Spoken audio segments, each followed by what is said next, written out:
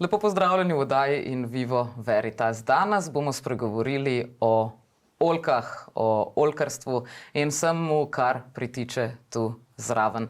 Z mano sta Martin in Miran Adamič iz kmetije Roncaldo, ki pa sta med drugim tudi zmagovalca festivala namiznih oljk, ki se je zgodil v letošnjem začetku poletja. Lepo pozdravljena. Pozdravljeni. Torej, zdaj smo nekje, počasi se bližamo koncu poletja. Kaj točno zdaj pri vas na kmetiji delate? Ta trenutek kosimo, pripravljamo, potekajo priprave v prihodnjem mesecih za pobiranje oljk. Kdaj pa se navadi pobere oljke? To gledate malo na vreme? Na vreme, na optimalno zrelost. Ponavadi je to okoli sredine oktobra. Priprave stečejo že kakšen mesec in pol prej, ker je treba vse sode počistiti, treba vse pripraviti, vse posode, vse pregledati so opremo. Kakšen pa je pravzaprav postopek? Se pravi, položite plahte pod drevesa in jih potem tresete? Je to to? Ne, položi se mreže in pol se z pnevmatskimi grabljicami oziroma električnimi to plodove pobira iz dreves. Eno po eno? Ne, pač je grabljica in pobira več oljk oziroma češeš po veji in pol padejo na te mreže in pol se iz teh mrež pobere v zaboje in pol se isti dan to pelje v oljarno, ker se stisne naslednji dan. Naslednje jutro se že prevzame olje, v bistvu že v istem dnevu, v 24 urah, odkar je plod bil pobran, je že predelan v olje in pri nas na kmetiji. In kaj bi se zgodilo, če bi na primer bilo neurje, kot smo jih letos videli kar nekaj, in bi sicer pobrali oljke, pa bi jih morali en dan kasneje nesti. Bi bilo to dobro, bi se poznalo na olju? To je malo drugače, ne? To ni, da bi se neurje. Nam se je že zgodilo neurje, da smo med pobiranjem in smo imeli drugo jutro eno tono oljk po tleh v travi, ki so ostale. Pač obiranje je zelo velik logističen podvig. Ni samo tisto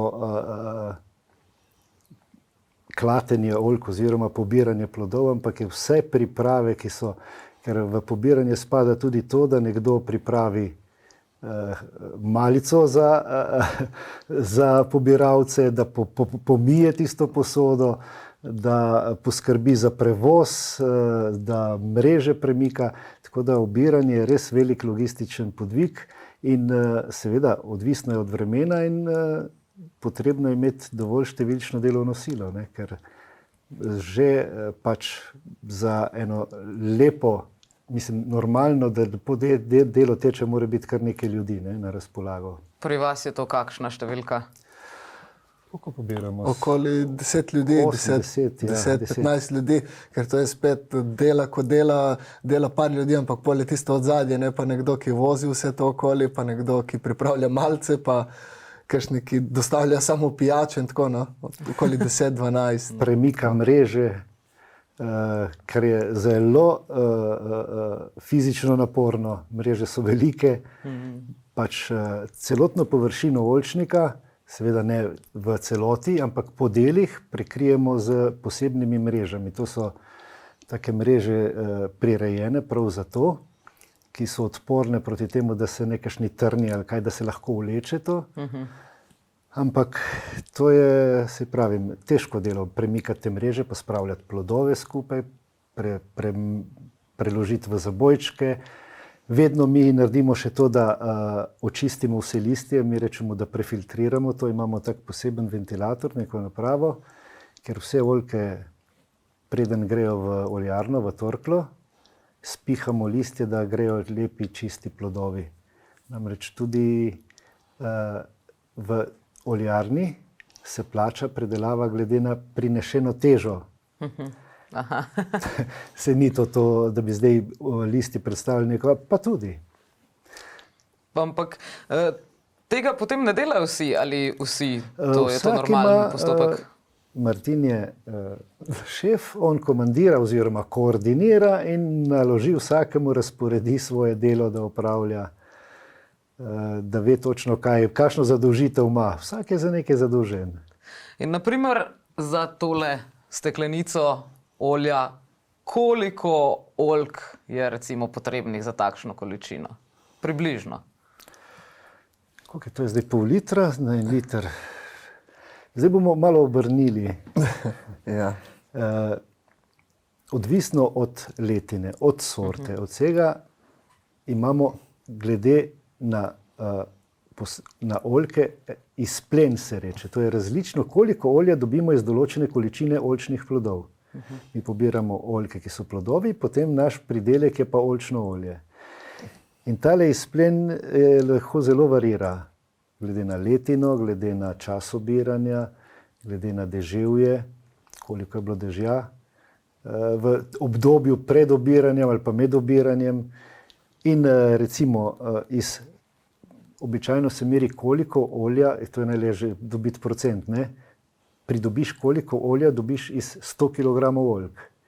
In to varira, da ga lahko dobiš od 8 pa tudi do 18. Zdaj, tako bi rekli, da je težko zračunati, ampak iz 100 kg oljk dobimo lahko recimo 12 litrov olja. 12 kg olja. Ja. In koliko je bil recimo rekord v vašem oljčniku? Koliko iz 100 kg? Ja, koliko ste sploh pobrali oliv? Oljk. Oziroma oljk. Ja. Koliko smo? 15 ton, mi se zdi, da je bilo največ. Ja. Pridejo pa letine, ko je lahko tudi samo 4 tone, tako da to je vedno od narave odvisno. Kakšna bo pa letošnja letina? Začetek je bil malce bolj suh. Zaenkrat kaže v redu, ni nobenih presežkov, ne bo, sigurno bo manjši predel kot prejšnje leto, nekaj bo pa izpadno. Jaz računam oziroma ocenjujem, da bo pod povprečjem tistega, kar je vsako leto. No? Kaj pa bi bili najboljši pogoji za recimo eno letino? To pomeni vseeno malo suše vmes ali ves čas mokrota? Kaj ima to drevo rado? Ja, celoletni cikel, ne? Od obiranja, striženja, v vsakem obdobju je nekaj pomembno. Pomembno je, recimo, ko se pobere, da bi padle temperature, pa bi bile toliko dni spet pod določeno temperaturo za njen cikel, pa v določenem obdobju, ko cveti, da rabi toliko vode, pa recimo med cvetenjem, da bi bilo idealno, ne pretoplo, ne premrzlo. Tako celo leto so neki pogoji, kjer pol vpliva na to. Pa še celo leto prej. Ja. Namreč oljka po strokovnih razlagah že eno leto prej nakaže oziroma nastavi, kaj bo naredila drugo leto. In letos ocenjujemo, da je ravno to, kot je Martin povedal, da je letos nekako podpovprečno, ker smo imeli lani v določenem obdobju precejšnjo sušo. In to se na drevesih precej pozna in letos ni takšno, kot bi lahko bilo oziroma kot bi si mi želeli. Še zmeraj bo, ampak tako da je faktorjev, ki vplivajo, koliko oljk bomo prodali, nešteto. Pridelali, ne prodali, pardon. Oboje pravzaprav. Ja, seveda je na koncu posledica oziroma posledično, koliko jih bomo uspeli prodati. Ja. Saj, pri vas imate različne sorte v oljčniku. Kako pa se razlikujejo med sabo pravzaprav? Katere sorte imate? Imamo avtoktono istrsko belico, buga, lečino, maurino, pendolino, itrana, mata, štorta. Ja. Pa je dobro, da jih imate torej različne sorte v enem olju? Torej, na svetu je na tisoče različnih sort oljk. Ene so tipične za njena okolja, ene so tipične za druga okolja. Ene so domače oziroma reče se udomačene. Zdaj nekatere prav težko je uporabiti ta izraz avtohtone, ker to pomeni, da je izključno tukaj ali pa da je res tukaj domač, ampak v širšem okolju, recimo. Najbolj značilna vsaka sorta domača, ki se nekako smatra tudi kot avtohtona istrska belica, ki je najbolj razširjena, tudi najbolj prilagojena temu okolju glede rasti. Ampak zakaj imamo to? Ker različne sorte oljk dajo najprej tipično oljčno olje, Poleg tega, določene oljke so opraševalci. Same po sebi, že drevo. Ja, eni so opraševalci, pač in zato se da recimo določene sorte oljk med ostale, ker bodo pomagale pri opraševanju ostalih. Poleg tega se pa tudi iz različnih sort oljk pride različno olje. Ena so bolj blaga, ena so sorte veljajo kot takšne, iz katerih se pridobi olje blagega okusa, druge imajo spet bolj intenzivni. Nadalje se oljke ločijo tudi po tem, ali so namenjene bolj namiznim, za namizno, se pravi za predelavo v namizne oljke, jedilne, ali v predelavo za olje. Imamo pa tudi take sorte, ki so oboje stranske. Iz njih se lahko naredi bodi si predela namizne oljke ali pa pridobiva olje. In pri vas so pravzaprav te namizne oljke malo stranski produkt, kot ste rekli, je res? Ja, ni.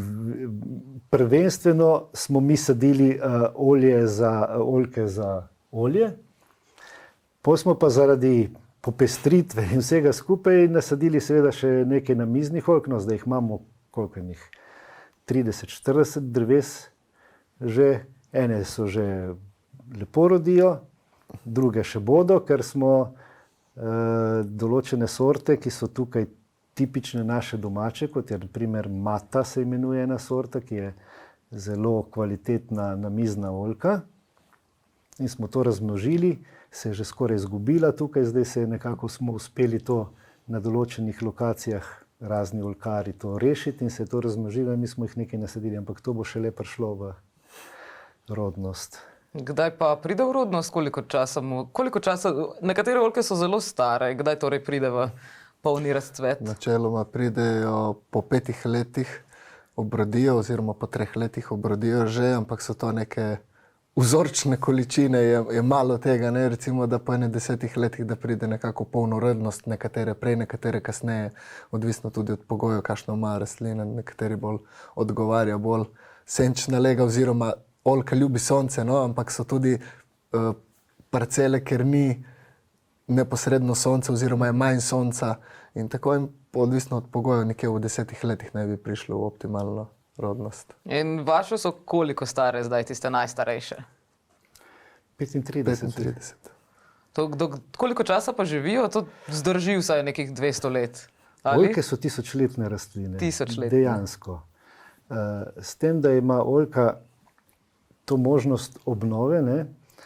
Se pravi, koreninski sistem ostane, zgornji del lahko odmre, kar se velikokrat zgodi, bodi si zaradi raznih vremenskih posledic, največkrat zaradi zmrzali, ampak iz korenine požene ponovno novo steblo, seveda začne se vse z novega, korenina je stara in ravno v naši neposredni soseščini ugotavljamo, da je ena oljka, zdaj težko bi ocenili, to je ta Mata, ki lahko bi rekli, ima 500-600 let, kajti čok, kot se reče čok, oziroma koreninski sistem ima nekaj kubičnih metrov.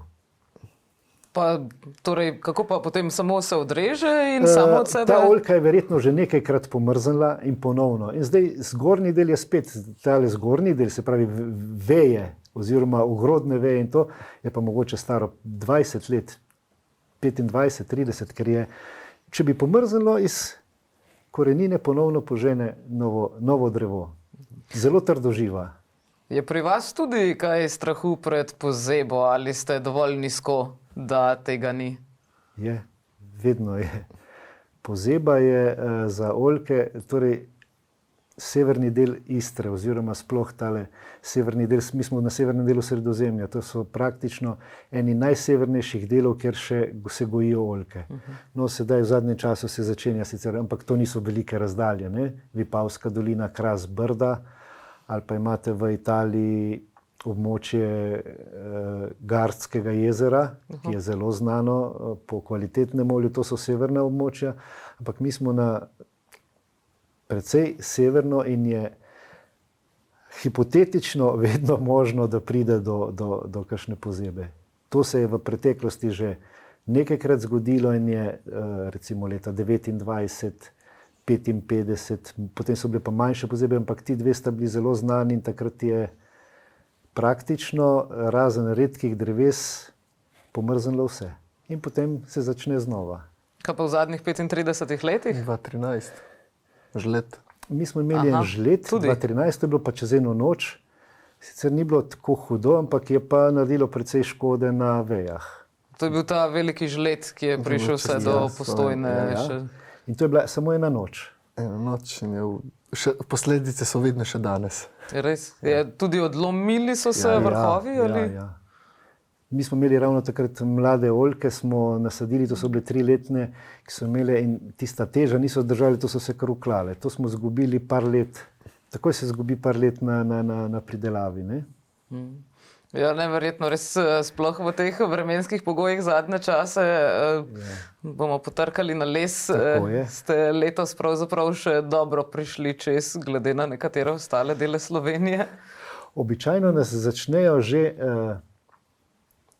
Mi imamo neke redne kupce, bi lahko rekli, ne? Nas začnejo že marca, kako letos kaže. Mislim, da smo mi prav posneti, vedno isto odgovorimo, počakajmo do obiranja. Ker se lahko še veliko zgodi, spomnim se pred 3 leti, ampak to se pozabi.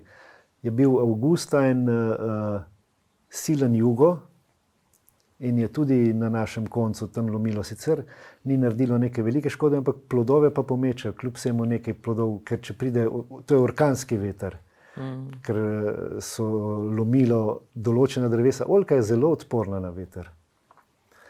Tako da se upogiba, umika, ampak seveda od rukanja in silnega vetra kakšen plod pade.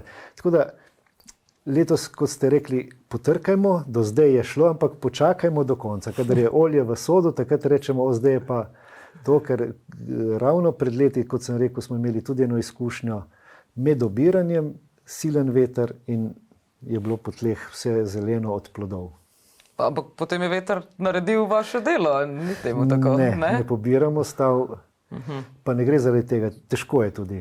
Mi imamo oljčnike zatravljene in zdaj, ne vem, ni ekonomike pobirati, ne vem, da bi zdaj, nekateri so imeli sicer, ne vem, da so si priskrbeli neke sesavce ali nekaj, ali eni so šli na kolenama, to ni ekonomično, ne. Ampak potem kaj, pustite tam, da zgnije? V bistvu ja. Pa je to dobro za oljke potem? Ne. Dobro, kaj pa sam postopek pridelave? Ponavadi takole preberemo hladno stiskano. Pred pogovorom ste mi dejali, da drugega kot hladnega stiskanja pravzaprav sploh ne gre narediti. Ampak kaj to hladno stiskanje potem pomeni? Ali tukaj celo oljko skupaj z koščico notri stisnemo? Ja, povej. Torej, postopek je tak, ko mi plodove oljk oberemo, jih spravimo v zabojčke in odpeljemo v oljarno. Tukaj jih imenujemo torklje. Tam se iz plodov oljk pridela oljčno olje. Postopek je pa tak, da ko mi pripeljemo tam, se tole stehta, se pravi, kakšna je količina smo mi prepeljali tam, na kar se oljke, plodovi operajo temeljito in grejo z vodo, ja. Temeljito se operajo, ker vedno so malo, glede na to, da so po kakšnih mrežah pa po zabojčkih in to, tako da je ta higiena mora biti maksimalna in potem gredo v mlin. Skupaj s koščicami, celi plodovi, ker se to zmelje. Od tam naprej pa grejo v tak stroj za mesenje, ki se v žargonu to imenujemo gramola, kjer se določen čas mesi pri temperaturi, ki ne sme presegati 27 stopinj. Mora biti pod 27 stopinj, da se smatra, da se olje je hladno stiskano. Lahko bi dogrevali,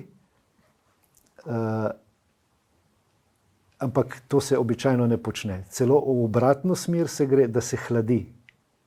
Te gramole, te stroji za mesenje se hladijo. Imajo posebna rebra in zelo pomembno je, da čim manjši stik z zrakom, da tale masa, ki je bila zmleta, ne pride do kakšne oksidacije. Čim manjša oksidacija, da pride. Sodobni stroji imajo že celo tako, da te gramole, da imajo dušik, spustijo dušik, da je čim bolj inerten prostor tam, kjer se to mesi. Oljar, mojster, ki upravlja ta mlin, je strokovnjak in oceni, v kakšnem času je to mesenje dovolj, da lahko potem tole maso sprazne iz teh naprav za mesenje in jih pošlje na centrifugiranje. Včasih se je od tukaj šlo na prešanje, torej bile so tako kot za vino, stare klasične preše, da se je to maso dalo na take športe, se je reklo. To so bili neki tepihi take in potem se je z utežmi tole stiskalo in je iztekalo olje, tako kot pri klasičnih prešah. Celo, če kdaj vidimo kakšne stare slike, so te preše, v antičnem Rimu so to vrteli sužnji, potem so živali, oslički ali pa kaj takega. No, sedaj pa ni več tega prešanja, oziroma čedalje manj redke, nova tehnologija je takšna, da gre tale masa na centrifugiranje. In torej tole, zdaj smo dobili neko maso, ki je sestavljena iz trdih delcev, vode in olja. V centrifugi se loči trda frakcija od tekoče, se pravi, dobimo trda frakcija gre kot odpadek, dobimo pa emulzijo, se pravi, plod oljke je sestavljen iz koščice, pač mesnega dela, olja in vode. Ne? In tam, ko smo rekli, zdaj smo dobili tekočo frakcijo, smo dobili še vedno emulzijo, olje in voda, na kar gre še v separator, tam se pa še olje loči od vode in priteče ven v naše sode, kovinske, ki jih imamo tam, čisto deviško oljčno olje, to je praktično sok iz stisnjeni iz plodu oljke, spremuta di oliva. Zakaj pa deviško? Zakaj se mu tako reče? Pač to je izraz, ker že v starem Rimu so pač v antiki so imeli različne izraze. Deviško, nekako gre to za izraz, ampak to pomeni, da je nič drugega olje pridelano brez kemijskih in toplotnih postopkov, samo z mehanskimi postopki, se pravi samo mletje, prešanje, stiskanje, centrifugiranje. Vi pa še povrh vsega ekološko pridobivate oljke. To že od samega začetka, ko ste tudi začeli s kmetijo, ali je prišlo nekje vmes do te odločitve? Kaj to pravzaprav pomeni, da je ekološko? Na nek način morate verjetno gnojiti in podobne stvari. S čim to delate potem? Z predpisanimi fitofarmacevtskimi sredstvi. To so gnojila, ki so točno določene, oziroma škropiva in količine in vse to imamo, kar je dovoljeno.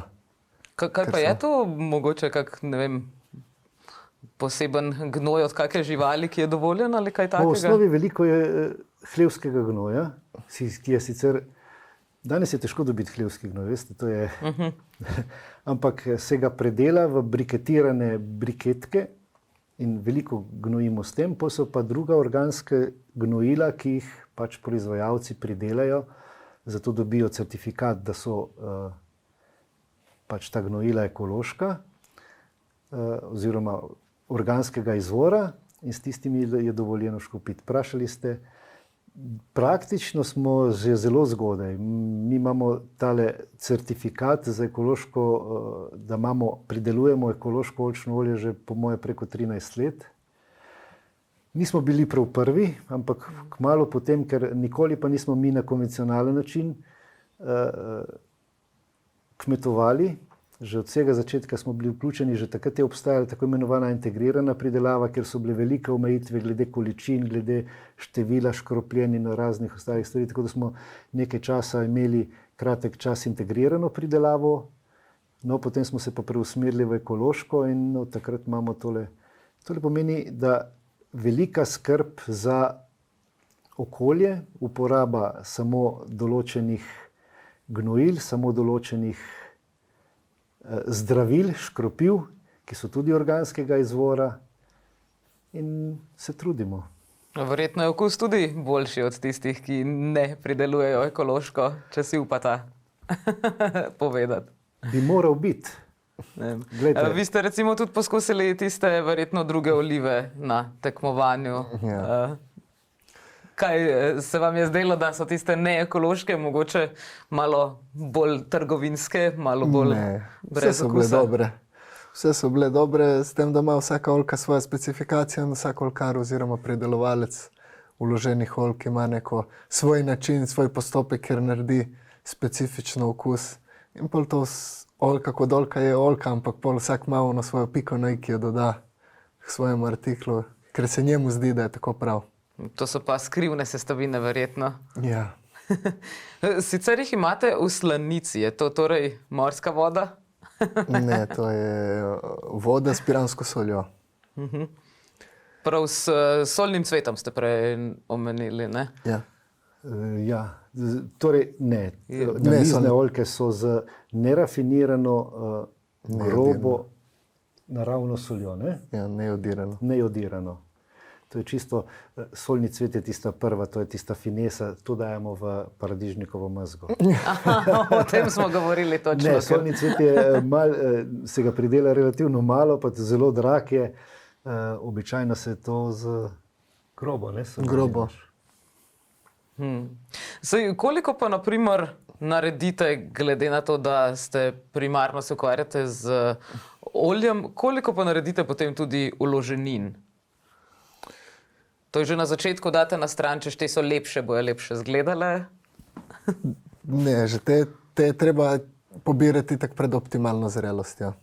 To je treba 2-3 tedne pred optimalno zrelostjo pobrati, tako da točno imamo določena drevesa oziroma drevesa, katera so namenjena, da jih bomo pobirali in pobiramo do tiste količine, ker se nam zdi, da jo bomo uspeli predelati. Poberemo približno, spet odvisno od letine, povprečno okoli 200 kg plodov in na to se pol čez proces pridemo na dosti manj, ampak ja, v štartu je nekje 200 kg se pobere povprečje. Pri namiznih oljkah je pa zelo pomembno, ne? Tole pa je tudi fizično naporno, ker te pobiramo pa dobesedno s prsti, z rokami v predpasnike, ki se imenujejo balige, ker to ne sme imeti nobenih poškodb, oziroma v fazi pobiranja moramo poskrbeti, da so čim bolj ostanejo zdrave. Ker pri oljkah, ki so namenjene za olje, količine so takšne, da jih ne uspemo več obirati ročno.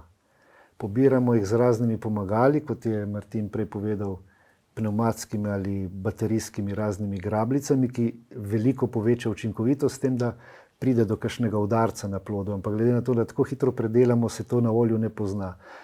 Pri namiznih oljkah pa je zelo pomembno, da ni poškodb. Vsaka poškodba pomeni potem v naslednji fazi pridelave, da jo moramo izločiti. Tako da se to dobesedno ročno obira v predpasnike, ki se imenujejo balige, ki so prirejene obiranju oljk. To se je včasih vse počelo tako. Danes pa bolj malo. Ampak zakaj pa tiste poškodovane? Zato, ker slabo izgledajo, jih date stran? Ali? Vsaka poškodba, če vi vzamete jabolko, pa boste naredili tako po jabolku, čez en teden bo tam začelo gniti.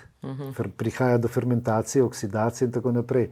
Tako da mora biti plodovi za namizne oljke brezhibni. Tudi če se vložijo. Ja. Še najbolj pomembno je tam nekaj, če en par plodov slabih lahko povleče pol na cel kozarec oziroma na celo posodo, v kateri se to dela. Ne? In kako lahko potem vemo, da je kaj narobe? Konstantno treba kontrolirati, nadzirati, izločevati. Prebirati. Ja, dajte mi še nekaj zaupati, glede na to, da sta prava mojstra, kar se tiče. Zakaj tudi govorimo ves čas oljke? Ali je beseda olive samo napačno poimenovanje? Ne, ni. Torej uporablja se oboje, ampak tudi slovar, ker smo ogromno je ravno vprašanj po tej. Nekateri uporabljajo oziroma želijo uporabljati, da je to oliva, drugi, da je to oljka. Po slovarju slovenskega knjižnega jezika, ker je ravno zaradi teh polemik smo se pač izobrazili, je dovoljeno oboje. Ampak tukaj smo v slovenski Istri, kjer se je uporabljalo v tem lokalnem žargonu oziroma dialektu se je reklo uljka. Oljki se je reklo uljka in olju se je reklo olje od uljke, ne od olive. Zdaj nekateri naši znanci se tudi pohecajo, ker eni so bolj zagnani za oljko, drugi bolj za olivo, ampak nekdo je rekel, da oliva je bila žena od Popaja.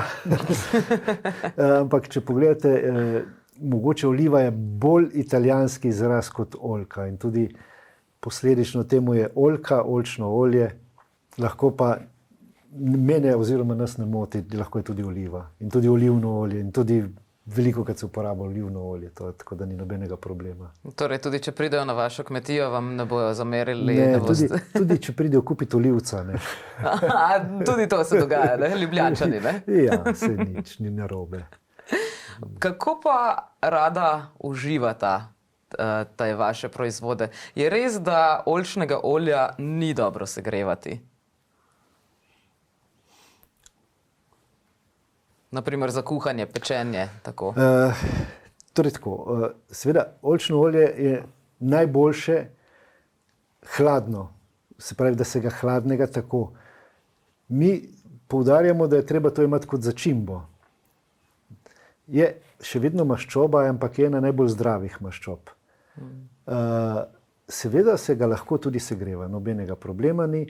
Celo strokovnjaki, in to imamo tudi doktorske dizertacije naših znanstvenikov, ki delajo na Inštitutu za oljkarstvo, ki so delali te poizkuse in meritve, kako se reče, faza dimljenja, to je takrat, ko se neko olje začne dimiti, ima oljčno olje eno izmed pri višjih temperaturah kot ostale maščobe. Eno najvišjih. Mislim, da so nekatera še višjo imajo, dosegajo, da se začnejo dimiti, ker to je tista faza, ko je potem že ni več uporabna. Ne? Drugače pa do 190 stopinj je čisto brez problemov, vsega da uporabljati, ampak tle sta dva v narekovaju problema. Prvo je cena. Lepo bi bilo, če bi vsi lahko cvrli ali pa kaj takega na oljčnem olju, ampak se bojim, da bi bilo predrago. Drugo pa s tem, ko če govorimo prej o hladnem stiskanju in da je to samo stisnjen sok, s tem, ko ga termično obdelamo, smo izgubili vse tiste pozitivne učinkovine, ki jih ima oljčno olje, te antioksidante in tako naprej in te biofenole, smo to porušili in smo dobili pač sicer zdravo maščobo, ampak škoda. Kako ga potem vidva najraje uporabljata? Na solati, mesu, sladicah tudi. Na kakšnih sladicah? Na sladoledu? Ja, recimo olivno olje z pomarančo, recimo lahko tudi na kakšnem čokoladnem sufleju. Olje z limono recimo imamo tudi lahko recimo na kakšni ribi. To, ko rečete olje z limono, to pomeni, da je limona že notri, da jo mogoče date posebej? Imate tudi takšne vrste olja? Vem, da čilije radi dajajo noter in podobno. Torej, zdaj imamo tudi olja z dodatki, oljčna olja z dodatki in sta nekako dve metodi. Eno so macerati, se pravi, vi lahko, olje zelo rado potegne tisto aromo, če boste vi dali noter čili, bo čez določen čas potegnilo aromo čilija in bo lahko date rožmarin, lovorje, bazilike in te stvari sušene. Nič od tega ne sme biti sveže? Ne, ker če je sveže, bo ono začelo po domače povedano gniti čez določen čas. Mi delamo dva proizvoda, če tako rečem, to sta predelana proizvoda, olje s pomarančo in olje z limono. To pa pomeni to, da ko peljemo oljke v torklo, v mlin, istočasno v mlin damo določeno količino pomaranč oziroma oljk in pridobimo tako imenovano aromatizirano olje, to je naravna aroma, kajti v olupkih v zunanjem delu teh agrumov, pomaranč ali limon, če se kdaj, veste, tisto neko olje in samo tisti del se spoji z oljčnim oljem in dobimo blago aromatizirano z blago aromo, naravno aromo, s tem, da mora biti te pomaranče oziroma limone ekološke. In tudi to je poseben spet logističen podvig, ker moramo naročiti tako, da tisti dan, ko bomo mi pobirali, pridejo iz Španije sveže obrane, ki so en dan prej ali pa 2 dni prej obrane pomaranče, limone, da potem tisto predelamo in dobimo res zanimive take olje z blago aromo, ki se potem uporablja kot razne dodatke, kot je Martin rekel, lahko za sladolede, sufleje, ribe, solate, Rižote. rižote. Kuhari, kulinari, ki imajo silne ideje, kaj vse se da, ko smo enkrat vprašali, so nam poslali en spisek, ampak to je vedno stvar okusa. Ne? Imamo tudi, ko bi rekel, ljudi, ki ne marajo dodatkov. Jaz imam rad oljčno olje, takšno kot je, brez dodatkov. Drugi pa so navdušeni. Ali to olje, ki ga naredite z limono, to pomeni, da samo olupke date pravzaprav potem Ne, notri cele. ali cele? Cele limone. Prav cel, ko prav Istočasno, sadeš. istočasno, kot se meče v mlin oljke, gre istočasno cele limone. In kaj, naprimer, na 100 kg limon, 100 kg oljk Vemo gre točno, kakšna količina, kilogram limone. vemo, kakšna količina limon mora iti in kakšna količina pomaranč. Ne sme biti preveč, verjetno, ne? Ne, to smo z izkušnjami nekaj, oziroma nekaj je bilo praktičnih. Je pa vsako leto seveda različna. Ta olja niso štancana, ne? Vsaka letina je, kajti pomaranče so vsaka letina pomaranče drugačna, vsebnost tistih eteričnih olj, ki so v olupku od pomaranče, je vsako leto različna. Letina oljk je vsako leto različna, tako da tudi enkrat je več olja in potem prije koncentracija malo bolj, tako da približno, ampak zaenkrat uspevamo s tem.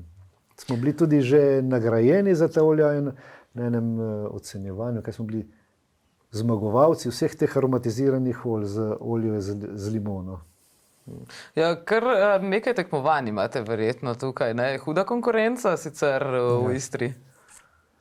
Hodite tudi kaj ven na Hrvaško, Istro, italijansko? Povsod. stran? Hrvaška, Italija, Amerika, Grčija. Amerika. Imajo tam tudi svoje olive, verjetno, kje je Kalifornija, kje... Ja, letos smo bili kar uspešni. Letos smo se odločili, da bomo malo preverili, kaj ti poslati oziroma dati olje na ocenjevanje je izziv. Ne? Na to ne moreš vplivati, kaj bo in lahko ti rečejo, da je tvoje olje povsem za nič ali pa si bogato nagrajen. Mi smo, vsaj letos lahko rečemo, kar uspešni. Mislim, da smo dobili zlate medalje v Zagrebu, na Hrvaškem velikem tekmovanju, v Bariju, kjer ocenjujejo samo ekološka olja, smo dobili za 3 olja priznanje Extra Gold. Dobili smo na ocenjevanju v Berlinu, v Milanu, kjer ocenjujejo samo enosortna olja. Smo tudi dobili zlato medaljo v New Yorku, v Atenah. Tako da, ja, letos smo uspešni, kar se tega tiče. Bili smo na domačih ocenjevanjih, že na festival mladega oljčnega olja smo bili izbrani med tako imenovanih top 10. Kaj pa pomeni mlado oljčno olje? Torej, novembra meseca, takoj po obiranju oziroma decembra, Inštitut za oljkarstvo organizira tako imenovano ocenjevanje mladega oljčnega olja. To so tisti letnik takoj po obiranju. No in to smo bili med koliko vzorcev, kakšnih 50 smo bili izbrani med tako imenovanih top 10, se reče. Ja, vse čestitke. Hvala. Sicer pa to enosortno olje. Prej sem dobila nekako občutek, da več sort ponavadi zmešate v eno olje. Ali to pomeni, da ene pa posebej date samo za eno sorto? Mi v bistvu ločimo sortna olja oziroma po sortah in potem imamo še kuve. Mi imamo pač neke iz izkušenj, vemo približno kakšne količine rabimo sortnega olja in pol, če so te količine na razpolago, zapolnimo in vse ostalo pol naredimo pač kuve oziroma mešanico različnih sort olj. Pa je tisto potem manj kvalitetno? Ne, isto kvalitetno, samo to je zaradi okusa oziroma kako komu odgovarja. Nekatera olja so bolj pikantna, nekatera manj, nekatera bolj grenka. In z leti smo dobivali v bistvu, ko smo imeli samo blend, smo vedno imeli popraševanje po še nečemu in pa smo z leti, ko je bilo to možno, smo začeli ločevati in delali sortna olja. In ljudje so pač navdušeni, no, oziroma. Ja, saj pravite, da se stranke kar vračajo k vam, ne? Takole marca popraševati po letini je res že zgodaj. Ja, imamo kar se tega tiče, zelo zanimivo. Ker mi nismo ravno ob neki prometni poti, ker bi lahko samo zavili do nas. Tisti, ki pridejo do nas, se morajo kar potruditi. In mi imamo dnevno obiske z celega sveta. In včasih nam je v ponos, kadar pridejo kakšni Španci, se ne vem, mogoče, da so oni pridelovalci, pa da samo preverjajo, kakšno je naše, ampak prodajamo tudi že Špancem, Grkom, smo tudi že, da ne govorimo o Kitajcem, zgor severni del Evrope so pa redni naši obiskovalci. Veste, kako je? Torej, kot smo rekli, tale sredozemski del je, tukaj se prideluje, to severneje ne? In sploh Nemčija, Avstrija, Nizozemska, pa ostale, tudi zdaj že vzhodnoevropske, Češka, Poljska in tako naprej, pridejo sem na turizem in potem se zanimajo, kakšni so tukaj neki tipični proizvodi, zdaj nas poiščejo in se morajo potruditi, sicer da pride do nam, ampak redno. Se splača. Ja, čakajte, da bojo začeli iz križark k vam hoditi, ne? Potem pa bo naenkrat hitro zmanjkalo. Ja. Želja bi bila. Želja ali pa ne. Ja. Veste, mi, torej, ko si enkrat, tole je vodnik Flos Olej, tole je vodnik izbranih pridelovalcev, 500 izbranih pridelovalcev z celega sveta. Mi smo v tem vodniku že 13 let, se pravi, to poteka tako, da pošlješ olje, vzorec in tale urednik tega zbornika, kako bi se reklo, potem naredi selekcijo in oceni to olje. Ne oceni pa izključno samo olje, ampak tudi kmetijo kot celoto, kako napreduješ. No in mi smo že 13 let. In potem, to je eden bolj znanih vodnikov, glede kvalitete oljčnega olja je veliko, ampak to je eden bolj prestižnejših. In ko nekateri to vidijo, da smo tudi mi noter, dobivamo povpraševanja, naprimer iz Dubaja, iz Kitajske, ker bi želeli en kontejner, velik kontejner našega olja tedensko ali pa nekaj takega, ne? Mi pa to pridelamo v 10 letih. Ne? Tako da pač... A mi vseeno potem pošljate kakšno steklenico? Ne, gledajte, ker ne, mi smo tako majhni, tudi sicer je Slovenija tako majhna pridelovalka oljčnega olja,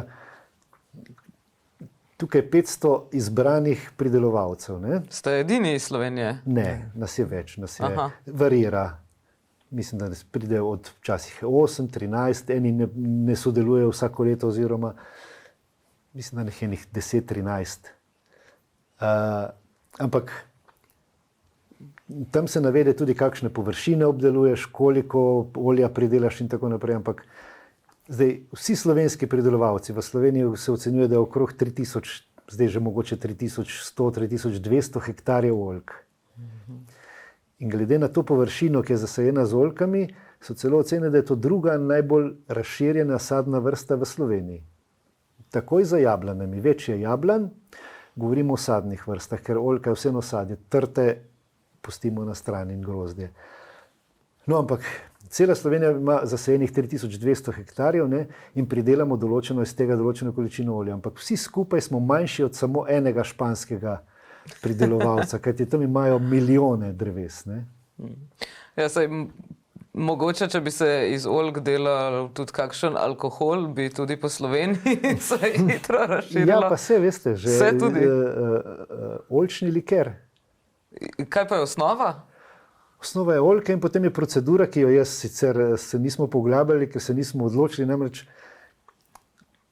vedno je odzadaj še neka birokracija in omejitve, potem si takoj zavezanec za poročanje o alkoholu in tako naprej. In tisti, ki imajo že sicer tole, da druge alkoholne pijače, potem pa delajo še oljčni liker po posebni proceduri. Zdaj ni skrivnost, ampak pride, pač ima liker, ki ima tak blag okus po oljkah. Ste ga preizkusili? Ja, pride dober. Ja? Ja. Kaj pa vi tudi?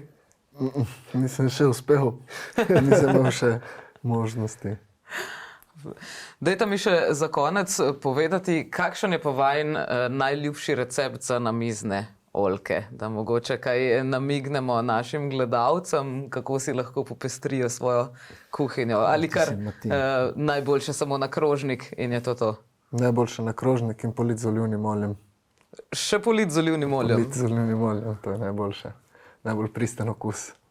Kaj pa če sta dve različni sorti, naprimer ena sorta namiznih oljk, pa druga sorta olivno olje? Tudi gre? Tudi gre, samo da je olje. Mislim, oljka. Oboje mora biti kvalitetno. Ja. Torej doma, recimo, največkrat tako pripravite, ko pridejo kakšni gosti ali kaj podobnega? Ja, zraven kakšnega narezka, kakšnega zorenega sira. Pa zraven pršute, pancete. No, oljke seveda se da tudi namizne na nešteto načinov, kot dodatek, kot začimba, s testeninami, z rižotami. Na pico. Na pico. Ja, včasih mislim, da na pici skoraj ne sme manjkati, ne? Ali pač velikokrat se najde, ne, oljka na pici. Vsaj na tej slovenskih, ja, ne vem, slovenskih. Če so na teh italijanskih tudi vedno. Mogoče da je, ne? Razlika je samo, ali je surovina kvalitetna ali ni, ne? Kvalitetna, dobra oljka pa še povsod, če je pa slaba, vsega je. Vse se pa začne pri zemlji. Kakšne barve je zemlja pri vas v oljčniku? Sivo rjava, to je lapornata, odtočna. Mislim, da je podobna, kot je nekako v Goriških brdih, ki sicer tam imenujejo opoka, če se ne motim, ampak je zelo podobna. Kadar je voda, se hitro teče, kar je zelo dobro, kajti oljka seveda potrebuje vodo, ampak ne preveč, ne more plavati v vodi. Če ima celo oljkari izdelujejo drenaže, da odvajajo odvečno vodo, ker če ne, oljka odmira. Ni. Oljka rabi sončno in suho zemljo, ki je pa seveda mora biti v določenem obdobju lepo, če dobi kakšno, brez vode nobena rastlina ne uspeva. Ja, razen potem, če na novo vzklije, kot ste povedali prej. Ja, to se zgodi. Ja. Oljka je zelo trdoživa, zelo pravijo, da je, oljka kot mati, jo lahko zapustiš, če se vrneš čez toliko let, te bo spet sprejela, jo boš očistil iz robide in bo ona spet lepo pognala. No, dajmo potem s temi toplimi besedami tudi zaključiti naš današnji pogovor.